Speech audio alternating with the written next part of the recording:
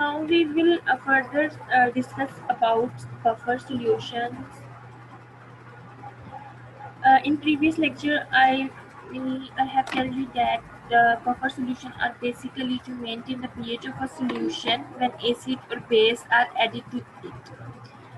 और consistent of weakly associate जो weakly dissociate acid होता है, जो dissociate मतलब जो अपने आयन्स में डिवाइड होता है वो प्रोटॉन डोनर होता है, मतलब वो हाइड्रोजन आयन डोनेट करता है, और जो कॉन्जुगेट बेस या उसका सॉल्ट होती है उसी एसिड का, वो उसका एक्सेप्टर होती है. Suppose in a buffer system containing sodium hydrogen carbonate and carbonic acid,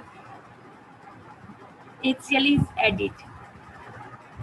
Thus, HCl with a strong acid and is expected to raise the hydrogen concentration react with the base to shield carbonic acid, a weak acid due to little. ये मैंने आपको last lecture में भी बताया था कि अगर हम किसी सोल्यूशन में स्ट्रॉन्ग एसिड डालते हैं और हम ये एक्सपेक्ट करते हैं कि जो पीएच है वो एकदम से डिक्रीज कर जाएगी, तो ऐसा नहीं होता, क्योंकि जब वो एसिड डिसोसिएट होता है तो जो उसकी कॉन्जुगेट बेस होती है या सॉल्ट होता है वो उसका हाइड्रोजन प्रोटॉन एक्सेप्ट करता है और वो एक वीक एसिड में कन्वर्ट होता है, जिसकी वजह से जो पीएच है वो स्लोली डिक्रीज करेगी, क्योंकि हम एसिड ऐड किए तो पीएच डिक्रीज करेगी और हाइड्रोजन आयन कंसंट्रेशन इंक्रीज करेगी, जिसकी वजह से जो है पीएच जो है वो लेस अमाउंट में डिक्रीज करेगी, लेस चेंज आएगा, रादर आप ये कह सकते हैं पीएच में, जिसकी वजह से हम कहते हैं कि जो बफर सोल्यूशन है वो मेंटेन करते हैं पीएच को इन अ नैरो रेंज.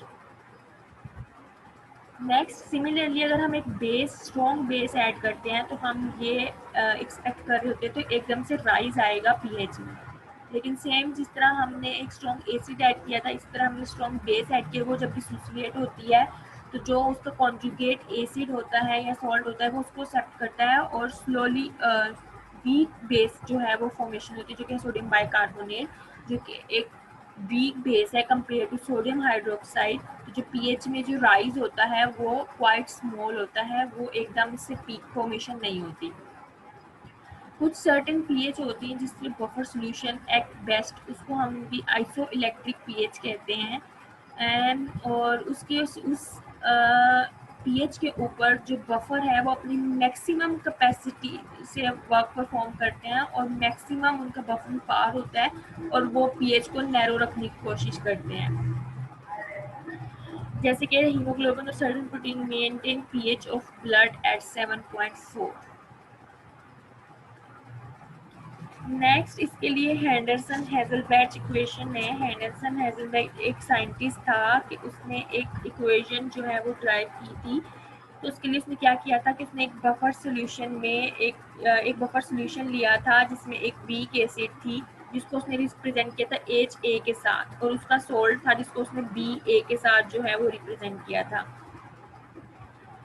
जो हाइड्रोजन आयन्स हैं वो सिर्फ और सिर्फ एसिड के डिसोसिएशन से ही आएंगे, ठीक है. तो जब उसने एक बफर सॉल्यूशन लिया तो उसने उसमें हाइड्रोजन एक वीक एसिड लिया HA और उसकी सॉल्ट ली BA. तो जो हाइड्रोजन एसिड लिया था उसमें जो डिसोसिएशन हुई तो जो इक्वेशन बनेगी HA और उस एसिड की डिसोसिएशन हुई तो H+A. ये ऑब्वियसली ये एक रिवर्सिबल रिएक्शन है. अगर हम इस इक्वेशन को लिखें जैसे कि हमने केमिस्ट्री में पीछे पढ़ा है फर्स्ट ईयर एसएससी में या मैट्रिक में, तो जो हमारा प्रोडक्ट होता है वो ऊपर आता है और जो हमारा रिएक्टेंट होता है वो नीचे आता है डिनोमिनेटर में, ठीक है. तो HA डिवाइडेड बाय HA, ठीक है, H into A divided by HA. तो इसको हम कहते हैं कांस्टेंट वैल्यू और इसको हम कहते हैं डिसोसिएशन और ionisation constant of an acid, और जिसको हम रिप्रेजेंट करते हैं KA से, ठीक है. अगर हम बात करें कि हम बोथ साइड पे लॉग लें, ठीक है, तो जो हमारा लेफ्ट हैंड साइड है जो कि हमारा है H into A divided by HA, यहाँ भी लॉग लें, और जो हमारा डिसोसिएशन कांस्टेंट है जिसको हमने आयोनाइजेशन कांस्टेंट का और हमने KA से रिप्रेजेंट किया है उसका भी लॉग लें, दोनों तरफ लॉग लें और फिर नेगेटिव से मल्टीप्लाई करें दोनों साइड्स को, जिस तरह हम मैथ्स में मल्टीप्लाई करते हैं, तो हम कहते हैं कि जो माइनस लॉग H है उसे हम कहते हैं pH. तो ये हो जाएगा pH minus log A divided by HA, ठीक है। और इसी तरह हमने जो माइनस log A के A लिया है तो वो बन जाएगा pKa, ठीक है। उसको इक्वेशन को फिर हम इस तरह लिख सकते हैं pH is equal to pKa, क्योंकि हमने जो नेगेटिव वाली वैल्यू थी उसको pKa के साथ शिफ्ट कर दिया है, तो pH is equal to pKa plus log A divided by HA। तो हम इसको इस तरह भी लिख सकते हैं pH is equal to pKa, क्योंकि हम A को रिप्रेजेंट कर रहे हैं बेस के साथ, तो वो आ जाएगी log into base divided by AC, तो ये हो जाएगा log बेस ओवर AC, ठीक है। या हम इसको ये भी कह सकते हैं कि बेस जो है वो प्रोटॉन एक्सेप्टर होती है और जो एसिड है वो प्रोटॉन डोनर होता है, तो हम इसको इस तरह भी लिख सकते हैं pH is equal to pKa plus log proton acceptor divided by proton donor, ठीक है। ये हो गई हेजलबैच इक्वेशन। नेक्स्ट हम डेमोन्स्ट्रेट करते हैं कि जो एक बफर है वो किस तरह अपना एक्शन परफॉर्म करता है और एक नैरो रेंज डिटर्मिन करता है किसी भी एसिड और उसकी बेस की एक पीएच पे, स्पेसिफिक पीएच पे उसकी बफरिंग कैपेसिटी मैक्सिमम होती है। This is basically done by titrating the weak acid with base, usually sodium hydroxide. Suppose there मैं आपको एक ग्राफ से रिप्रेजेंट करूंगी, तो उस ग्राफ के लिए हमें पहले पता होना चाहिए हमने वो ग्राफ कैसे बनाया है। तो उस ग्राफ को बनाने के लिए हमने सपोज किया कि हमने 10 ml का 0.1 मोलर सोल्यूशन लिया है एसिटिक एसिड का, ठीक है, एक फ्लास्क में, और उसकी pH नोट कर लिया। Now, sodium hydrosolution of the same strength 0.1 molar is added in small measured amount at a time and the rise in pH is noted. After each addition, till all of 10 ml of sodium hydroxide solution has been consumed. आपने titration methods किए होंगे अपनी obviously chemistry practical में, तो ये similarly वैसे ही है कि उन्होंने एक फ्लास्क में जो है वो सोडियम एसिटिक एसिड का सोल्यूशन लिया है 0.1 मोलर 10 ml, ठीक है, और उसमें उन्होंने एक बेस ऐड किया सोडियम हाइड्रोक्साइड की 10 ml ही, और उसको वक्फे वक्फे से डाला है जब तक वो 10 ml खत्म नहीं हो गया, ठीक है। और फिर उसके थ्रू उन्होंने रीडिंग्स लेके ग्राफ प्लॉट किया है, और ये वो ग्राफ है जिसकी आपको एक्स एक्सिस पे मिल रहा है 0.1 molar sodium hydroxide added into an acetic acid solution, ठीक है। और पीएच कि पीएच किस तरह इंक्रीज हुई जैसे जैसे हमने 0.1 मोलर सोडियम हाइड्रोक्साइड ऐड किया, ठीक है। The first point is the pH of 0.1 molar acetic acid at the start is well above zero, unlike the case with 0.1 molar HCl. The reason is that whereas HCl is almost completely dissociate, acetic acid dissociate very little, and for this reason, much lesser number of free hydrogen ions are present to begin with. इसमें वो कहना चाह रहा है, इसने दो acid को compare किया है, एसिटिक एसिड को HCl को। HCl जो है वो एक स्ट्रॉन्ग एसिड है और वो अगर हम उसे ऐड करते हैं तो वो फौरन अपने आयंस में जो है वो डिसोसिएट हो जाता है। दैट्स वाई हम उसकी पीएच स्टार्ट करते हैं 0 से, कि उसमें हाइड्रोजन आयन कंसंट्रेशन 0 है, ठीक है। लेकिन एसिटिक एसिड जो है वो एक स्ट्रॉन्ग एसिड नहीं है कंपेयर टू HCl, वो एक वीक एसिड है, तो वो स्लोली डिसोसिएट होता है, ठीक है। स्लोली डिसोसिएट होने की वजह से उसके पास कुछ हाइड्रोजन आयन अवेलेबल होते हैं, दैट्स व्हाई हम उसकी पीएच जो है वो 2 से स्टार्ट करते हैं, around 2। Next, the rise in pH is faster in the beginning, but on reaching the pH of about 3.8, it becomes slower. आप देख रहे हैं कि जो pH पे पहुंच 3.8 पे pH आई है, स्लाइट पहले जब हमने उसमें सोडियम हाइड्रोक्साइड ऐड करना शुरू किया तो एकदम से पीक बनी है और pH जो है वो इंक्रीज हुई है और अराउंड 4 के पास गई है। जब उन्होंने देखा कि जब 3.8 के पास गई है pH, तो pH में जो इंक्रीज है वो स्लो हो गया। अब आप देख रहे हैं कि एक कांस्टेंट सी लाइन आ रही है, ठीक है। The slowest rise in pH on adding sodium hydroxide is around pH, ठीक है, 3.8. On continuing to add sodium hydroxide after pH 4.8, the rise in pH remains slow. But on reaching pH of about 5.8, देख रहे हैं कि आप pH 3.8 से लेके 5.8 तक एक कांस्टेंट सी ऑलमोस्ट लाइन आ रही है, लेकिन जब वो 5.8 पे पहुंचती है pH, क्योंकि हम सोडियम हाइड्रोक्साइड ऐड करें वो एक बेस है तो वो pH को इंक्रीज ही करेगी। तो जब वो 5.8 पे पहुंचते तो एकदम से फिर से राइज आना शुरू हो जाता है, फास्टरली जो है वो पीएच में इंक्रीज आता है। This value show that their buffering power is less at pH value below 3.8 and above 5.8। ये सोडियम हाइड्रोक्साइड ऐड जब हमने किया है तो जो एसिटिक एसिड का बफर है उसकी कैपेसिटी कम थी, 3.8 से जब नीचे था और 5.8 से जब ऊपर था। जो उसकी मैक्सिमम बफरिंग कैपेसिटी थी, बफरिंग कैपेसिटी मींस कि वो अपनी पीएच नॉर्मल मतलब मेंटेन कर सकता था, वो 3.8 से 5.8 के बीच में थी। और जब हम अगर हम इनका मीन भी लें तो वो 4.8 बनता है। और उन्होंने ये टाइट्रेशन के थ्रू भी देखा कि 4.8 पे जो मैक्सिमम बफरिंग कैपेसिटी थी वो एसिटिक एसिड बफर की थी 4.8 पे। तो हम उसको कह सकते हैं कि वो उसकी maximum buffering capacity acetic acid की 4.8 पीएच पे होती है। pH value of 4.8 was obtained when 5 ml of 0.1 molar NaOH was added. This means that one half of acetic acid have been dissociated. In other words, at this pH, 50% of original acetic acid is present and the remaining one half is acid. ये वो कहना चाह रहा है कि जो pH 4.8 थी उसमें 50% जो एसिटिक एसिड था वो डिसोसिएट हो चुका था और हाफ जो था वो अनडिसोसिएट था, मतलब हाफ अपने हाइड्रोजन आयन दे चुका था, हाफ अपने हाइड्रोजन आयन उसके पास ही थे।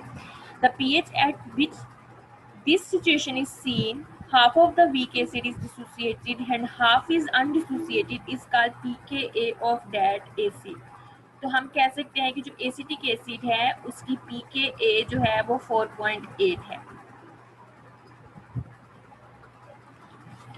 If equal volume of weak acid and its conjugate base both having the same molar strength are mixed, the pH of mixture will be remain same। अगर हम acid भी उतना ही लेंगे और बेस भी उतना ही लेंगे तो 1 डिवाइडेड बाय 1 हो जाएगा, जैसे हमने हेजलबर्ग इक्वेशन में पढ़ा है। ठीक है, pH is equal to pKa plus log base over acid. तो बेस भी 1 और एसिड भी 1, तो वो हो जाएगा 1 डिवाइडेड बाय 1 1, और जो log 1 होता है वो इक्वल टू 0 होता है। ठीक है, तो जो pH है वो अपनी pKa के इक्वल हो जाएगी। It has been mentioned that pKa is the minus log of dissociation constant of an acid. pKa value of strong acid are lower than that of weak acid। क्योंकि हमने पढ़ा है कि वो माइनस लॉग है, तो माइनस मीन के decrease, तो जितना ज़्यादा स्ट्रॉन्ग एसिड होगा उसकी जो pKa वैल्यू होगी वो कम होगी, जितना वीक एसिड होगा उसकी pKa वैल्यू ज़्यादा होगी। डायप्रोटिक एसिड वो होते हैं जिनमें 2 हाइड्रोजन आयन अवेलेबल होते हैं, जैसे कि सल्फ्यूरिक एसिड है, कार्बोनिक एसिड है, ये H2SO4, H2CO3, इनमें 2 हाइड्रोजन आयंस की बनने की एबिलिटी है, तो ये डायप्रोटिक एसिड होते हैं। वो एसिड उनकी 2 pKa वैल्यू होंगी। एक pKa वैल्यू जब वो अपना एक हाइड्रोजन आयन डिसोसिएट कर देंगे, जब वो अपना दूसरा हाइड्रोजन आयन करेंगे तो pKa 2। इसी तरह ट्राइप्रोटिक एसिड्स होते हैं जिनमें 3 हाइड्रोजन आयंस रिएक्ट करने की कैपेबिलिटी होती है, उन्हें हम ट्राइप्रोटिक एसिड्स कहते हैं, जैसे कि फॉस्फोरिक एसिड H3PO4। ठीक है, तो उसकी pKa 1 होगी, pKa 2 होगी, pKa 3 होगी। Next is indicators and pH metry. जैसे कि मैंने आपको बताया है कि आपने पीछे पढ़ी है टाइट्रेशन वाला, आप प्रीवियस क्लासेस में पढ़ के आ चुके हैं टाइट्रेशन, इंडिकेटर्स, पीएच मीट्री। तो इंडिकेटर्स क्या होते हैं? Indicator are used to find out the acidic और alkaline reaction of solution. An indicator is a weakly ionizing acid or base having distinct color in an unionized state and a different color in ionized state। जैसे कि आपने indicator पढ़ते हैं फिनोल्फ्थलीन, orange red. ठीक है, ये different, जब आप उसको फ्लास्क में ऐड करते हैं तो वो पिंक कलर देता है, लेकिन जब आप उसमें एसिड ऐड करते हो तो वो आहिस्ता आहिस्ता लाइट पिंक होना शुरू हो जाता है या क्लियर हो जाता है, वाइट कलर आ जाता है। ठीक है, तो ये उनकी डिसोसिएशन को शो कर रहा होता है। जब उनका फॉर एग्जांपल फिनोल्फ्थलीन है, आपने फिनोल्फ्थलीन से सारी टाइट्रेशंस की हुई हैं प्रीवियसली, तो जब हम उनसे बेस में ऐड करते हैं तो वो पिंक कलर देता है। ठीक है, पिंक कलर का मतलब है कि वो अभी डिसोसिएट नहीं हुआ।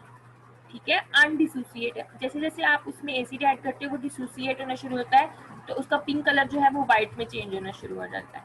ठीक है, यहाँ पे उन्होंने एक एग्जांपल दिया कि सपोज एक एसिडिक इंडिकेटर है जो कि has a red color when completely dissociate and blue color when undissociate।